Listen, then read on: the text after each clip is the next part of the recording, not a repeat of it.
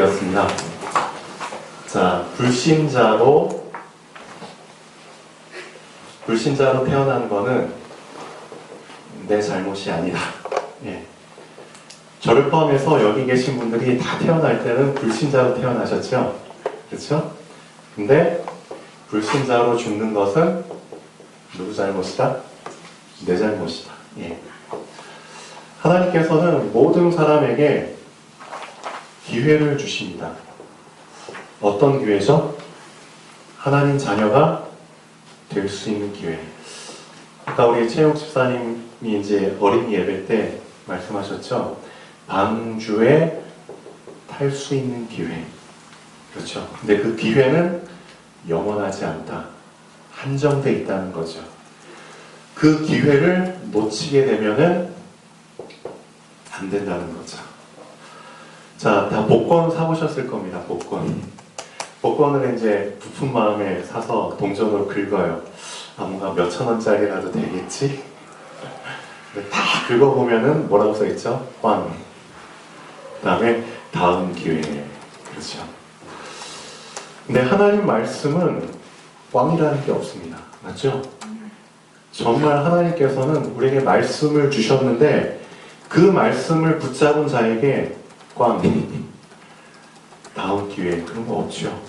말씀을 붙잡으면은 말씀 그대로 하나님은 성취하십니다. 그렇죠. 그게 이 세상의 복권과 하나님 말씀의 차이입니다. 하나님의 말씀을 기회로 주셨을 때 붙잡으셔야 됩니다. 예. 그 기회를 붙잡은 자에게는 말씀 그대로 성취됩니다. 네. 하나님께서는 오늘 이 예배 시간에 우리를 불러주셨습니다. 왜 불러주셨을까요? 기회 붙잡으라고. 어떤 기회? 말씀이 선포될 거야. 그 말씀을 붙잡은 사람에게는 그대로 성취될 거야. 그렇죠? 말씀을 가볍게 듣지 마십시오. 우리가 정말 조심해야 될 부분이 있습니다. 뭐냐면은 꼭 말씀을 들을 때 우리는 우리 수준으로 듣거든요. 그게 위험한 겁니다. 내 수준대로 말씀을 갖는 게 진짜 위험한 겁니다. 말 안 해서 그렇지 내 수준이 어떻다는 거 다 알잖아요. 맞죠? 그 수준대로 말씀 받아버리면 그건 말씀이 아닙니다. 맞죠? 내 수준 위에 계신 분입니다. 그래서 하나님, 제가 저의 수준대로 저의 한계에 잡혀서 말씀을 듣지 않게 하시옵소서. 그렇죠? 위에서부터 내려오는 하나님의 말씀을 그대로 받게 하시옵소서. 그런 준비를 하고 받는 것이 당연하겠죠. 네. 하나님께서 아브라함을 부르실 때 축복을 이미 주시기로 약속을 하시고 부르셨습니다. 창세기 12장 한번 보시죠. 창세기 12장. 하나님이 우리를 부르실 때 이미 아브라함에게 주시기로 약속한 축복을 그대로 똑같이 주실 것을, 그렇죠? 예정하시고 우리를 부르신 겁니다. 창세기 12장 1절에서 2절까지 한번 보시죠. 나의 말씀으로 받으셔야 됩니다. 저도 날마다 저를 위해서 기도할 때 이렇게 기도합니다. 하나님, 아브라함에게 주신 그 말씀을 저에게도 똑같이 주실 줄 믿습니다. 이 말씀을 붙잡습니다. 그리고 오늘 하루를 시작합니다. 어떤 말씀을 주셨길래 그럴까요? 다 같이 붙잡는 시간 되면 좋겠습니다. 12장 1절부터 여호와께서 아브라함에게 이르시되 너는 너의 고향과 친척과 아버지의 집을 떠나 내가 내게 보여줄 땅으로 가라. 내가 너로 큰 민족을 이루고 내게 복을 주어 내 이름을 창대하게 되리니 너는 복이 될지라. 이 말씀 안에서 우리에게 주신 5가지 축복이 있습니다. 먼저 언약적 축복. 언약. 약속으로 주신 축복입니다. 그렇죠? 하나님의 약속을 붙잡으면 꽝이 없다고 했잖아요. 언약적 축복. 두 번째, 근원적인 축복. 너는 복의 근원이 될지야. 너를 근원으로 내가 세우겠다. 그렇죠? 너를 통해서 모든 복이 다 흘러가도록 하겠다. 근원적 축복. 세 번째, 대표적인 축복. 모든 사람이 너를 볼 때, 와, 이게 진짜 복이구나 알 정도로 너를 대표적으로, 모델로 내가 축복을 내리겠다. 엄청나잖아요. 그래서 우리 가문에서, 우리 가족에서 나를 볼 때, 정말 이게 진짜 예수 믿는 거구나. 그렇죠? 나를 통해서 모든 친척들, 그렇죠? 가족들한테 이 축복이 흘러갈 수 있도록 그렇게 삼아주겠다는 거죠. 네 번째, 기념비적인 축복. 이 축복이 너 대에서만 끝나는 게 아니라 너 후손까지 자자손전 계속 흘러가도록 하겠다. 너가 그 기념비가 되게 하겠다. 얼마나 엄청난 축복인가요? 다섯 번째, 불가항력적인 축복. 너에게 준 축복을 아무도 건드리지 못한다. 그렇죠? 누가 준 축복이죠? 하나님이 주신 축복. 아무도 못 건드려. 불가항력적인. 이런 축복을 이미 주시기로 예정하시고 아브라함을 부르셨습니다. 똑같이 하나님께서 여기 계신 분들을 불러주실 때 이거 주시려고 부르신 거잖아요. 맞죠? 자, 많은 사람들이 잘못 생각하는 게 있습니다. 착각하는 게 있는데 오늘 말씀 본문에 보면은 이런 구절이 나옵니다. 자, 10가지 재앙 이제 순서대로 쭉 나오잖아요. 나올 때마다 바로 왕이 계속 찔끔찔끔 조건을 겁니다. 조건. 어떤 조건을 걸죠? 너 예배드리러 못 나가. 응? 너 백성들 이끌고 절대 애국 땅 못 떠나.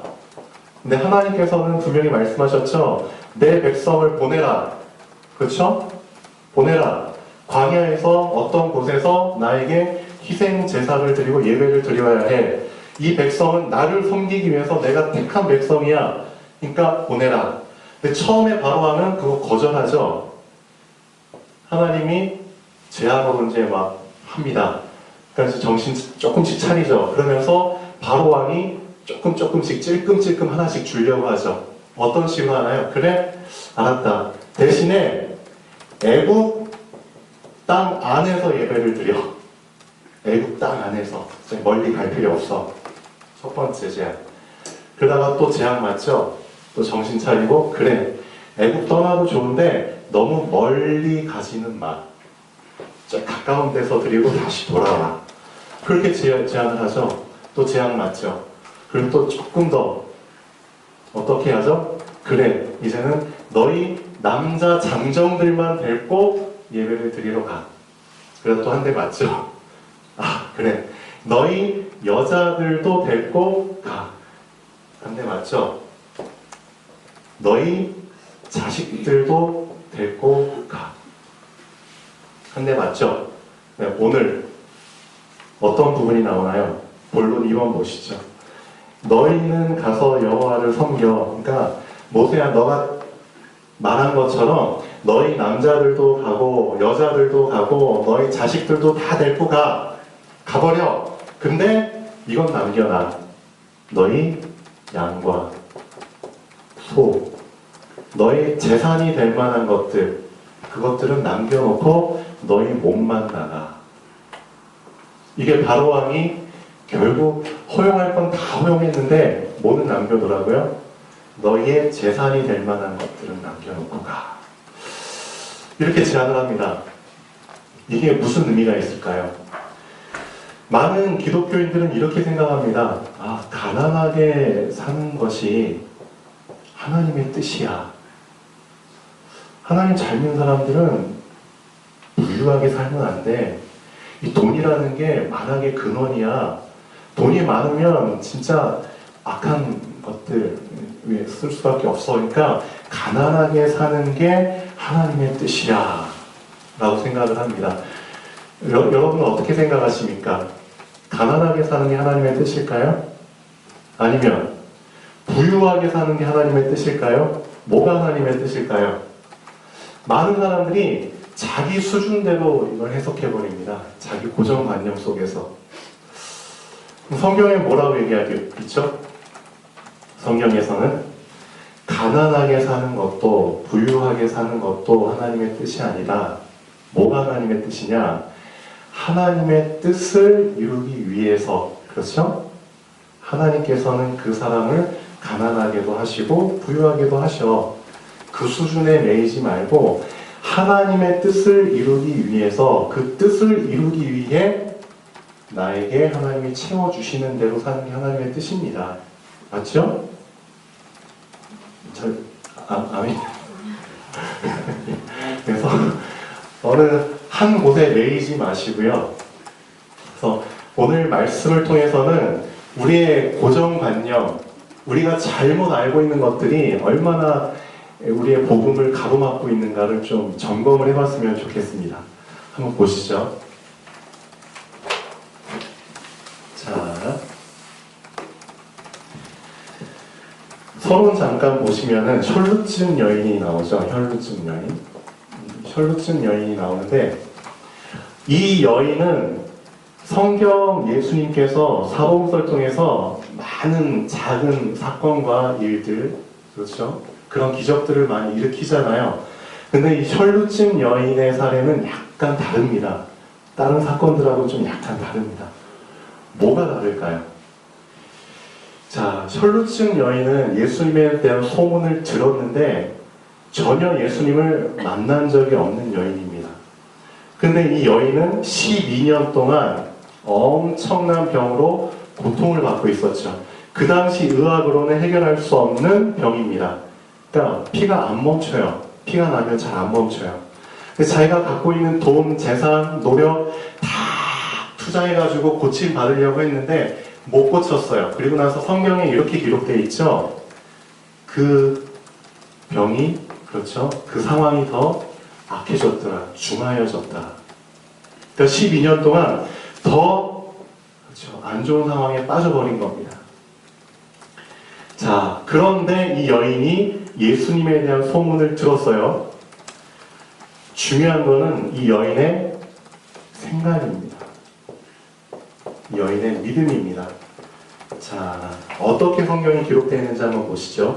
마가복음 5장 21절부터 34절까지 한번 보시겠습니다. 여기서 우리의 좀 고정관념, 한계를 좀 뛰어넘는 좀 넓은 생각을 붙잡으시면 좋겠습니다. 마가복음 5장 21절에서 34절까지입니다. 자, 25절부터 먼저 보시면 12해를 혈루증으로 알아온 한 여자가 있어 많은 의사에게 많은 괴로움을 받았고 가진 것도 다 허비하였을 아무 효험도 없고 도리어 더 중하여졌던 차에 예수의 소문을 듣고 무리 가운데 끼어 뒤로 와서 그의 옷에 손을 댔는데, 자, 그냥 된 게 아니라 어떤 생각을 하고 됐다는 겁니다. 근데 그 생각이 어떤 생각이냐? 28절이 진짜 중요하죠. 내가 그의 옷에만 손을 대어도 구원을 받으리라. 이 생각은 첫째, 자기 마음대로 하는 생각입니다. 맞죠? 자기 마음대로 하는 생각이에요.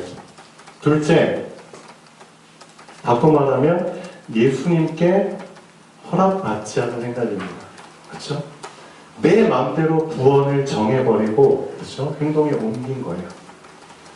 예수님께 전혀 허락받지 않고 자기 마음대로 기준을 정해서 한 생각입니다. 그런데 결과는 어땠냐?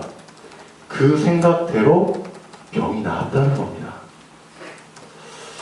우리는 보통 이렇게 생각합니다.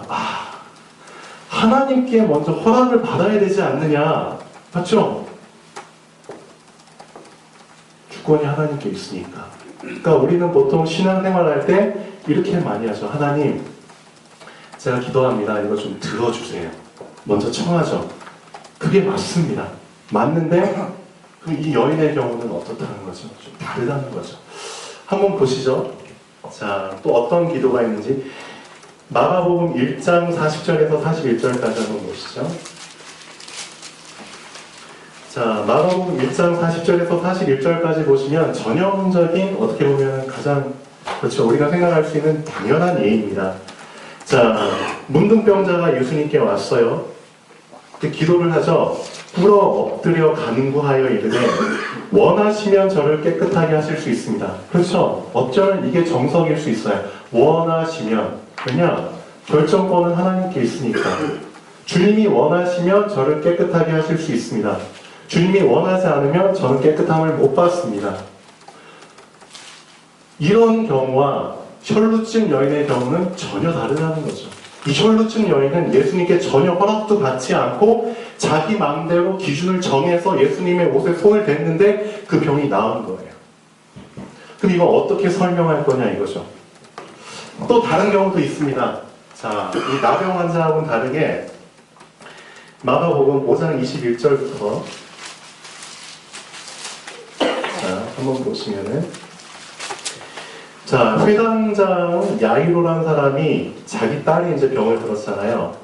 근데 이 회당장은 예수님께 이 나병 환자하고는 다르게 청을 하죠. 나병 환자는 주님이 원하시면 그렇게 해주시고요. 원치 않으면 그렇게 안 하셔도 됩니다. 근데 이 야이로라는 사람은 어떻게 기도하죠? 야이로라는 사람은 간곡히 구하리이되 내 어린 딸이 죽게 되었사오니 오셔서 그 위에 손을 얹으사 그로 구원을 받아 살게 하소서. 표면적으로는 부탁한 건데 완전히 명령이죠. 예수님이 어떻게 하라고 일일이 그렇게 어떻게 행동하라고 지시까지 하죠. 그러니까 여러 가지 케이스들이 있는데 제가 여기서 드리고 싶은 말씀은 우리가 알고 있는 게 다인 것처럼 신앙생활을 하거든요. 근데 사실상 빙산의 일각이라는 거죠. 이렇게 바다 위에 빙산이 이렇게 떠 있어요. 근데 보이지 않는 수면 아래에는 엄청난, 그렇죠, 양의 얼음이 있다는 겁니다. 그것처럼 우리는 그냥 보이는 것만으로 전부 다인 것처럼 판단을 하고 그렇게 신앙생활을 한다는 겁니다. 근데 여기에서 우리 고정관념을 깨야 된다. 내가 알고 있는 식대로 하나님 역사하시는 게 아닙니다.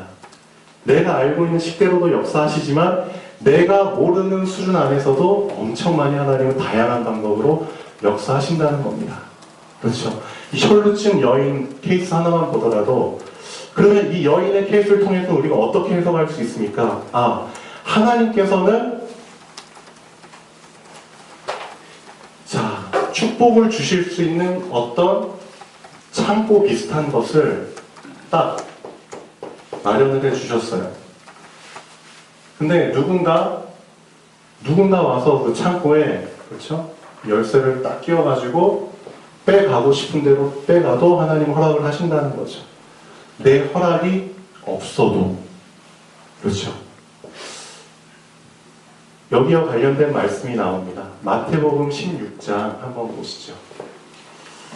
우리가 이런 수준도 이제는 경험을 해야 되지 않을까 싶은데요. 마태복음 16장 19절에 보면은 사실상 이제 우리가 도전해야 될 부분이기도 합니다. 이 마태복음 16장 19절은 지금까지 우리의 어떤 수준과 한계 속에서 신앙생활을 해왔는데 이걸 좀 더 뛰어넘게 하는 말씀입니다. 16장 19절. 뭐라고 나오죠? 내가 무엇이든지 땅에서 매면 하늘에서도 매일 것이요 내가 땅에서 풀면 하늘에서도 풀리리라. 천국 열쇠를 너에게 주노니. 그렇죠. 어쩌면 이 혈루증 여인은 이 말씀과 가장 흡사하게, 그렇죠, 사용한 게 아닌가. 예수님을 보지도 않았지만 이미 자기 마음속에 확고한 그런 확신이 있었다는 거죠. 그렇죠? 허락을 받지도 않았는데도. 그러니까 예수님께서 자기의 능력이, 내가 허락하지도 않았는데도 자기의 능력이 흘러간 거를 본인이 아시고 누가 이 능력을 썼는지 궁금해 하셔가지고 물어보잖아요. 그렇죠? 누가 내 옷에 손을 댔느냐?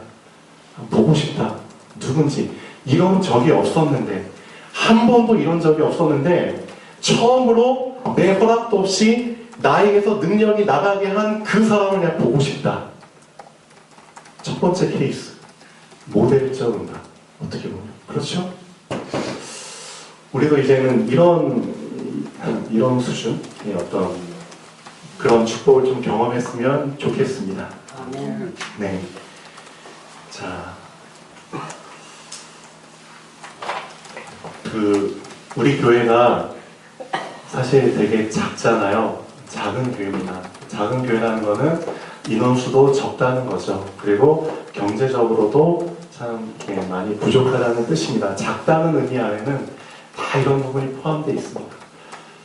그리고 가장 또 치명적인 그 약점이라고는 할 수 없지만 사람들이 자꾸 걸고 넘어지는 부분이 우리 교회는 이렇게 정식으로 이렇게 등록이 안 된 교회입니다. 그리고 목회자님도 안 계시죠. 그러니까 어떻게 보면은 세상 기준으로 봤을 때는 너희 교회는 교회라고 할 수 없어 라고 얘기를 해도 이렇게 말할 수 없는 그런 교회입니다, 사실은. 근데 제가 왜 이런 말씀을 드리냐면요. 우리 이런 상황 속에서도 여기 계신 성도님들, 우리 권사님들, 집사님들이 날마다 현장에 나가서 복음을 전하시죠. 복음을 전하시면서 이런저런 얘기 아마 많이 들으실 거예요. 교회가 어딥니까? 아, 이런 교회입니다. 목사님 계십니까? 안 계십니다. 어느 교단입니까? 어디에 속했습니까? 잘 말씀 못 하시죠? 그럼 사람들이 이렇게 얘기하죠. 아, 그럼 좀 아닌데. 좀 아닌데. 그런 경우 아마 많이 겪으셨을 겁니다. 근데 제가 이런 말씀을 드리는 이유가 있습니다. 자, 사도행전에 보면은 두 종류의 교회가 나옵니다. 두 종류. 첫 번째 교회는 예루살렘 교회죠. 이거는 알고 계셔야 됩니다.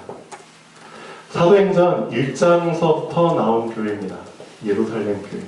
이 예루살렘 교회는 어떤 교회냐? 그렇죠? 예수님께서 승천하시고 성령으로 임재하신 교회입니다. 마가 다락방에서부터 시작된 교회죠. 120명이 저 다락방에 모여서 간절히 기도하죠. 그때 성령께서 임하시고 이 120명을 통해서 탄생한 교회입니다. 그래서 수많은 사람들이 이 교회에 다 성도로 등록을 하게 되죠. 예루살렘의 인구가 몇 명이나 됐는지 모르지만 예루살렘에 있는 모든 사람이 다 들을 정도로, 그렇죠? 근데 이 예루살렘 교회는 한계가 있었다는 거죠. 어떤 한계인가요? 자, 예수님께서는 분명히 사도행전 1장 8절에 오직 성령이 너희에게 임하시면 너희가 권능을 받고 예루살렘과 온 유대와 사마리아와 땅끝까지 이르러 내 증인이 되리라고 말씀을 하셨는데, 이 예루살렘 교회의 사람들은 자기의 고정관념, 자기의 틀, 자기의 한계를 깨지 못하고 누구한테만 복음을 전했느냐? 유대인에게만 복음을 전했다는 겁니다. 유대인. 그 당시 이스라엘, 예루살렘, 그 다음에 그 주변에 있는 곳곳에는 유대인들만 살았을까요? 아니죠. 더 많은 이방인들이 살고 있었습니다. 그럼 이방인들은 사람이 아닌가요? 이방인들은 구원받으면 안 되나요?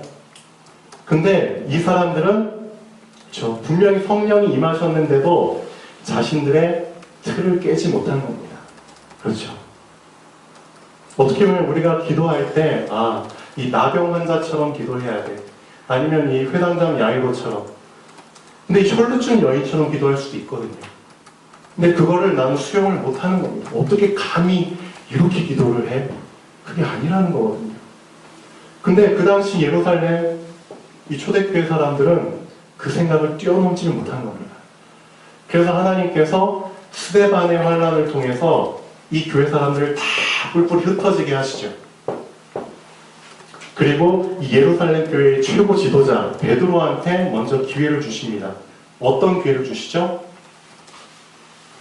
베드로가 피상 시몬의 집에서 옥상에서 기도를 하는데 비몽사몽 중에 환상이 보여요. 하늘에서부터 보자기가 쫙 내려와요. 근데 그 보자기 안에는 율법에서 절대 먹지 말라고 한 그렇죠. 짐승들 가득 들어있어요. 근데 하늘에서 소리가 들려요. 이것들을 잡아서 먹어라. 근데 베드로가 이런 말을 하죠. 자기 생각, 자기 고정관념, 자기가 지금까지 신앙생활을 해왔던 그 기준으로 봤을 때는 율법으로 봤을 때는 절대 먹어서는 안 돼. 주여, 그럴 수 없습니다. 제가 절대 이런 것들을 먹지도 않았었고 먹지도 않을 겁니다. 근데 하늘에서 소리가 똑같은 소리가 3번 들려요. 잡아먹으라. 내가 깨끗게 했다. 그렇죠. 기회를 주셨는데도 이 기회를 놓쳐버립니다. 자, 이게 무슨 뜻인가 곰곰이하고 있는데 그때 한 종이 와가지고 베드로한테 청하죠. 아, 우리 주인이 환상 중에 기도하는 중에 그렇죠. 천사를 만났는데 당신을 모셔오라고 합니다. 그 사람이 이방인이죠. 이방인 고넬료. 그렇죠. 로마 군인입니다.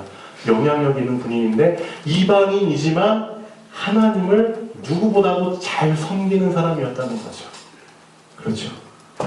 이 사람에게 하나님께서는 보냅니다. 베드로를. 그리고 베드로는 이때 좀 많이 깨지죠. 아, 내 생각이 다가 아니구나. 내가 알고 있던 이 신앙, 그 틀이 이게 아니었구나. 근데 많은 사람들이 이걸 깨지를 못해요. 깨지를 못해요. 자, 그러다가 스데반의 환란을 인해서 흩어진 사람들 중에 저 구레네 사람들 몇 사람이 자 이방인에게도 헬라인들에게 복음을 전합니다. 그러니까 지금의 그리스죠. 근데 이 사람들이 복음을 받아요. 그리고 이 사람을 통해서 더 많은 구원의 역사가 일어납니다. 깜짝 놀래죠. 예루살렘에 있는 성도님들이 깜짝 놀랍니다. 아니 이방인들도 복음을 받았단 말이냐? 그렇죠. 이때 생겨난 교회가 안디옥 교회입니다. 자, 하나님께서는 이 예루살렘 교회와 안디옥 교회 중에서 결국은 세계 복음화를 위해서 사도행전 1장 8절의 말씀을 이루기 위해서 안디옥 교회를 메인으로 쓰십니다. 주로 쓰십니다. 자, 하나 물어보겠습니다. 지금 강릉시의 상황을 한번 봤을 때 강릉시, 우리가 지금 강릉시에 살고 있잖아요. 강릉시에도 수백 개의 교회들이 있습니다. 그리고 이 교회들이 나름대로 전도 열심히 합니다. 어떤 교회의 색깔로 지금 전도를 하고 있습니까? 강릉시의 수많은 교회들은. 딱 복음 전해보면 알 겁니다. 쉽게 말하면 이제 웨슬레 같은 전도단 있죠. 어느 교단 전도단이죠? 감리교입니다. 감리교. 감리교 안에 있는 교회들은 참 연합 잘해서 복음 전해. 근데 이 감리교단에서 만든 전도단 안에 다른 교단 사람들이 들어오기가 쉽나요? 어렵나요? 잘 섞일 수 있나요? 안 됩니다. 분명히 복음은 전하는데 본인들의 틀이 있다는 거죠. 그렇죠? 누가 교단을 만들었습니까? 그렇죠? 하나님이 만든 건가요? 사람이 만들었죠. 누가 노회를 만들었나요? 그리고 누가 신학대학을 만들었나요? 그렇죠? 너무나 많은 틀과 제약 속에서 더 큰 하나님 나라를 이루기 위한 그렇죠. 그것들이 많은 기회들이 있는데 그것들을 스스로 놓치고 있는 겁니다. 아, 너는 우리는 감리교회인데 넌 장로교야? 그러면 좀 힘들겠는데 예를 들면 똑같이 복음 전하는데 아, 우리 연합해서 이것 좀 해봅시다. 근데 당신 교회는 뭐 그렇죠? 교단에 들지도 못했잖아. 목회자도 없잖아. 그럼 우리는 아니야. 너희는 아닌 것 같아. 진짜 현장에 나가보면은 예루살렘 교회처럼 그렇죠? 나름대로 개인 수준에서는 개교회 수준에서는 개교단 차원에서는 열심히 하려고 하지만 그렇죠? 이 수준을 그대로 흑암입니다. 보지 못하는 부분이 있다는 거죠. 사각지대라는 겁니다. 누군가는 이걸 봐야 되거든요. 사각지대를. 그렇죠? 하나님께서는 이 흑암 속에서, 그렇죠, 사각지대에 빛을 비출 수 있는 사람을 지금 찾고 계십니다. 그렇죠? 이 사각지대에 방치하지 않고 생명의 물이 흘러 들어갈 수 있는 그 일을 할 수 있는 사람을 지금 찾고 계십니다. 어쩌면 그걸 위해서 우리 교동센터 교회를 세우셨는지도 모르죠. 저는 진짜 그렇게 생각합니다. 여기 계신 분들 진짜 어떻게 보면 대단하신 분들입니다. 이 교회 지금 나오고 계시다는 것 자체가 어떻게 보면 진짜 대단하신 거예요. 저도 말은 안 하지만 참 여러 얘기를 듣거든요. 저뿐만 아니라 여러분도 똑같이 여러 얘기를 듣겠죠. 너 어느 교회 다녀? 당신 어느 교회 다녀? 성도님 얼마나 돼? 목회자님은 말씀은 어때? 분명히 그런 얘기들 오고 가겠죠. 근데 그런 거 다 감당하면서, 말 안 하지만 감당하면서 지금 나오고 계시잖아요. 대단하신 겁니다. 그런 수준을 뛰어넘는 사람들이 사실은 어떤 일을 할 수 있느냐? 갖는 지역에 개인 수준에 잡힌, 개교회 수준에 잡힌 사람들은 할 수 없는 일을 하나님은 맡기시는 겁니다. 그 사각지대, 그렇죠? 보통 사람들이 보면은 별 관심 없는 곳일 수도 있어요. 근데 누군가 해야 되니까 하나님이, 그렇죠, 이 교회를 세우시고 여러분을 불러주신 게 아닌가 저는 생각을 합니다. 네. 자, 한번 보시죠. 본론. 여호와께서 모세에게 이르시되 하늘을 향하여 내 손을 내밀어 애굽 땅 위에 흑암이 있게 하라. 곧 더듬을 만한 흑암이니라. 모세가 하늘을 향하여 손을 내밀매 캄캄한 흑암이 3일 동안 애굽 온 땅에 있어서 그 동안은 사람들이 서로 볼 수 없으며 자기 처소에서 일어나는 자가 없으되 온 이스라엘 자손들이 거주하는 곳에는 빛이 있었더라. 그렇죠. 자, 결론 잠깐 보시겠습니다. 흑암 상태는 과연 어떤 상태인가? 3일 동안, 그렇죠, 흑암이 지속됐다고 했죠. 어떻게 보면 참 3일이라는 의미가 큽니다. 예수님께서도 3일 동안, 그렇죠, 죽음 상태에 계셨잖아요. 영적으로 주는 의미가 큽니다. 자, 흑암 재앙에 빠진 상태는 어떤 상태입니까? 첫 번째, 아무것도 볼 수 없는 상태입니다. 그렇죠? 더듬을 만한 흑암이다. 더듬을 만한 흑암. 그렇죠? 그 정도로 바로 앞도 볼 수 없는 완전 흑암의 상태라는 거죠. 아무것도 들을 수 없는 상태입니다. 또 아무것도 말할 수 없는 상태입니다. 아무것도 할 수 없는 상태입니다. 그렇죠? 아무것도 안 보이는데 할 일은 그냥 누워있는 거 말고는 없잖아요. 그렇죠? 살아있지만 아무것도 할 수 없는 산송장 같은 상태. 그게 흑암 재앙의 상태입니다. 근데 제가 드리고 싶은 말씀은 많은 교회 다니는 성도님들에게도 내 안에도 이런 흑암의 상태와 같은 부분들이 있다는 겁니다. 나의 생각 중에 하나님께서는 나의 생각이 넓어지길 원하시거든요. 맞죠? 높아지길 원합니다. 깊어지길 원합니다. 근데도 이 생각을 틀을 깨려고 하질 않아요. 그러면 이건 어떻게 보면은 흑암 상태와 다름이 없다는 거죠. 더 보여주길 원하시는데 보고 싶어 하지 않아요. 그렇죠? 나의 흑암 상태. 자, 근데 빛의 축복 속에 있는 상태는 어떤 상태죠? 하나님이 이런 상태를 원하시죠. 하나님의 행하시는 일을 볼 수 있는 상태입니다. 흑암이라는 말이 성경에 보면은 제일 처음에 나온 부분이 창세기 1장 2절입니다. 태초에 하나님이 천지를 창조하시니라. 근데 그 다음 구절이 이렇게 나오죠. 어떻게 나오나요? 창세기 1장 2절 한번 읽어주시죠. 태초에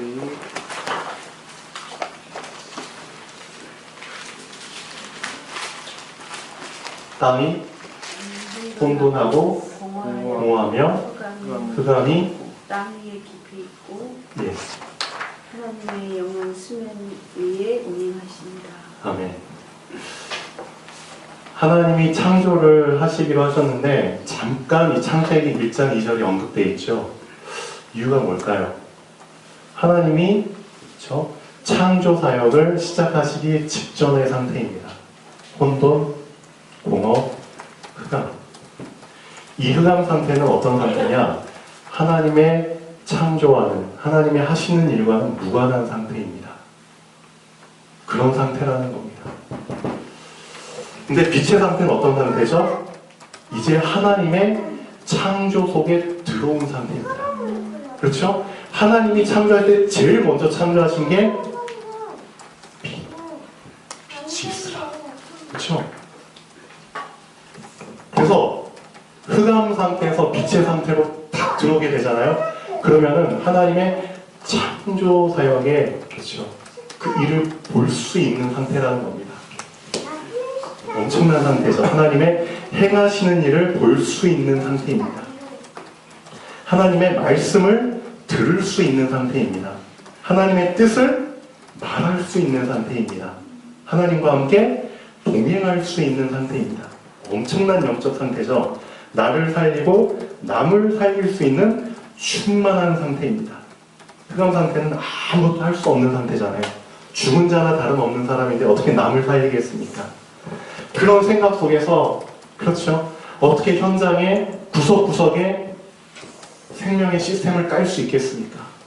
하나님은 이런 답답한 상태를 빠져나오길 원하시는 거죠. 근데 참 많은 사람들이 아무리 얘기를 해줘도 본인이 갖고 있는 생각이 그냥 전부 다인 것처럼 생각을 안 바꾸려고 해요. 그렇죠? 그래서 하나님은 하시잖아요. 흑암의 상태에서 빠져나오게 되면 자, 미처 보지 못했던 것을 보게 됩니다. 그렇죠? 또 미처 생각지 못했던 것을 생각하게 됩니다. 또 내가 넘지 못했던 것을 넘게 됩니다. 나의 사각지대에, 나의 현장의 사각지대에 말씀의 생수가 흘러 들어가게 됩니다. 그래서 하나님은 여러분들을 통해서 지금 그 일을 하고 계십니다. 예, 참 감사하죠. 하나님은 모든 현장에 빛이 비추이기를 원하십니다. 모든 현장에 생수가 흘러 들어가기를 원하십니다. 근데 누굴 통해서 가능하냐? 나의 고정관념과 나의 수준을 뛰어넘어서 하나님 나라의 수준을 붙잡은 사람을 통해서 하나님은 그 일을 하십니다. 그게 결론입니다. 왜 하나님이 안디옥 교회 성도들을 쓸 수밖에 없었는가? 사도행전 13장 1절에 보면은 안디옥 교회에 교사와 선지자들이 있으니 하고 그 사람들의 이름이 언급되죠. 근데 그 이름 앞에 그 사람들의 신분이 나옵니다. 어디 출신인지가 나옵니다. 그 안에서 우리는 참 많은 답을 붙잡아야 됩니다. 아, 내가 이런 수준이 돼야 될 텐데. 그렇죠. 어떻게 보면 사도행전 13장 1절부터 한번 보시죠. 안디옥 교회에 선지자들과 교사들이 있으니 곧 바나바. 자, 바나바도 구레네 사람입니다. 그렇죠? 그 다음에 니게르라 하는 시므온과, 니게르가 무슨 뜻이죠? 흑인입니다. 흑인. 니그로라고 하잖아요. 니게르. 흑인. 그 다음에 구레네 사람 루기오. 이방인입니다. 자, 그 다음에 분봉왕 헤롯의 젖동생 마나이. 그렇죠? 귀족이죠. 왕족입니다. 그 다음에 사울. 다 알죠? 유대인 중에 유대인, 바리새인 중에 바리새인이죠.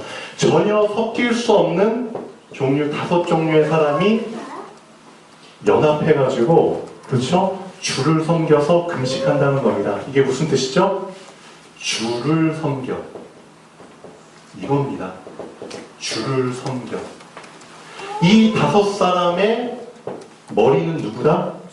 주다. 하나님께서는 우리 각 성도들을 이렇게 표현하죠. 그렇죠? 너는 손이야. 너는 발이야. 너는 눈이야. 그렇죠? 우리를 몸의 각 지체로 표현을 합니다. 근데 머리는 그리스도야. 근데 많은 사람들이 어떻게 하느냐? 머리가 그리스도인데 나를 손이라고 쳐요. 근데 이 손을 어디에 얹어버리느냐? 네, 머리에 얹어버립니다. 그 머리 위에 뭐가 있죠? 손이 있습니다. 머리 대신 그리스도를 섬겨야 되는데 내가 내 손을 머리 위에 얹어버리는 겁니다. 그러면 주를 섬길 수가 없죠. 그냥 손이 기준이 돼버리는 겁니다. 손이 기준이 돼버리면은, 그렇죠? 모든 걸 다 손을 기준으로 해서 봐버리기 때문에 발, 마음에 안 들어. 그렇죠? 눈, 너 마음에 안 들어. 코, 입, 너 진짜 너 마음에 안 들어. 왜냐? 손이 기준이 돼버리니까. 그래서 진짜 현장에서 복음 전하다 보면은 참 이런 기준 속에서, 그렇죠, 있는 사람들 참 많이 만나게 되죠. 근데 하나님께서는 자, 이 사도행전 13장의 안디옥 교회 교사들처럼 주를 섬겨 금식할 때 나의 위치를 알고 항상 나의 머리는 그리스도라는 걸 인정하는 그 사람, 그렇죠? 그 사람을 통해서 현장을 복음하십니다. 예, 그런 사람들을 원하시죠. 그래서 오늘 말씀을 통해서는 이걸 붙잡으시면 좋겠습니다. 하나님, 내가 아직까지도 바꾸지 않는 나의 흑암의 부분이 있습니다. 이것들을 정말 그리스도의 빛으로 보기를 원합니다. 나의 바뀌지 않는 흑암의 부분 때문에 얼마나 내가 다른 사람에게 피해를 주고 얼마나 내가 현장에서 복음을 가로막고 그런 방해자 역할을 해왔는지요. 맞죠? 나의 바뀌지 않는 고정관념 때문에 교회라면 이런 게 있어야 해요. 예를 들면 그런 조건들을 너무나 많이 따진 부분들도 많이 있었죠. 어떻게 보면. 근데 그런 거 다 이제 뛰어넘어야겠죠. 제가 좋아하는 말이 있습니다. 하나님께서는 가진 자, 그렇죠. 이 가진 자 좋죠.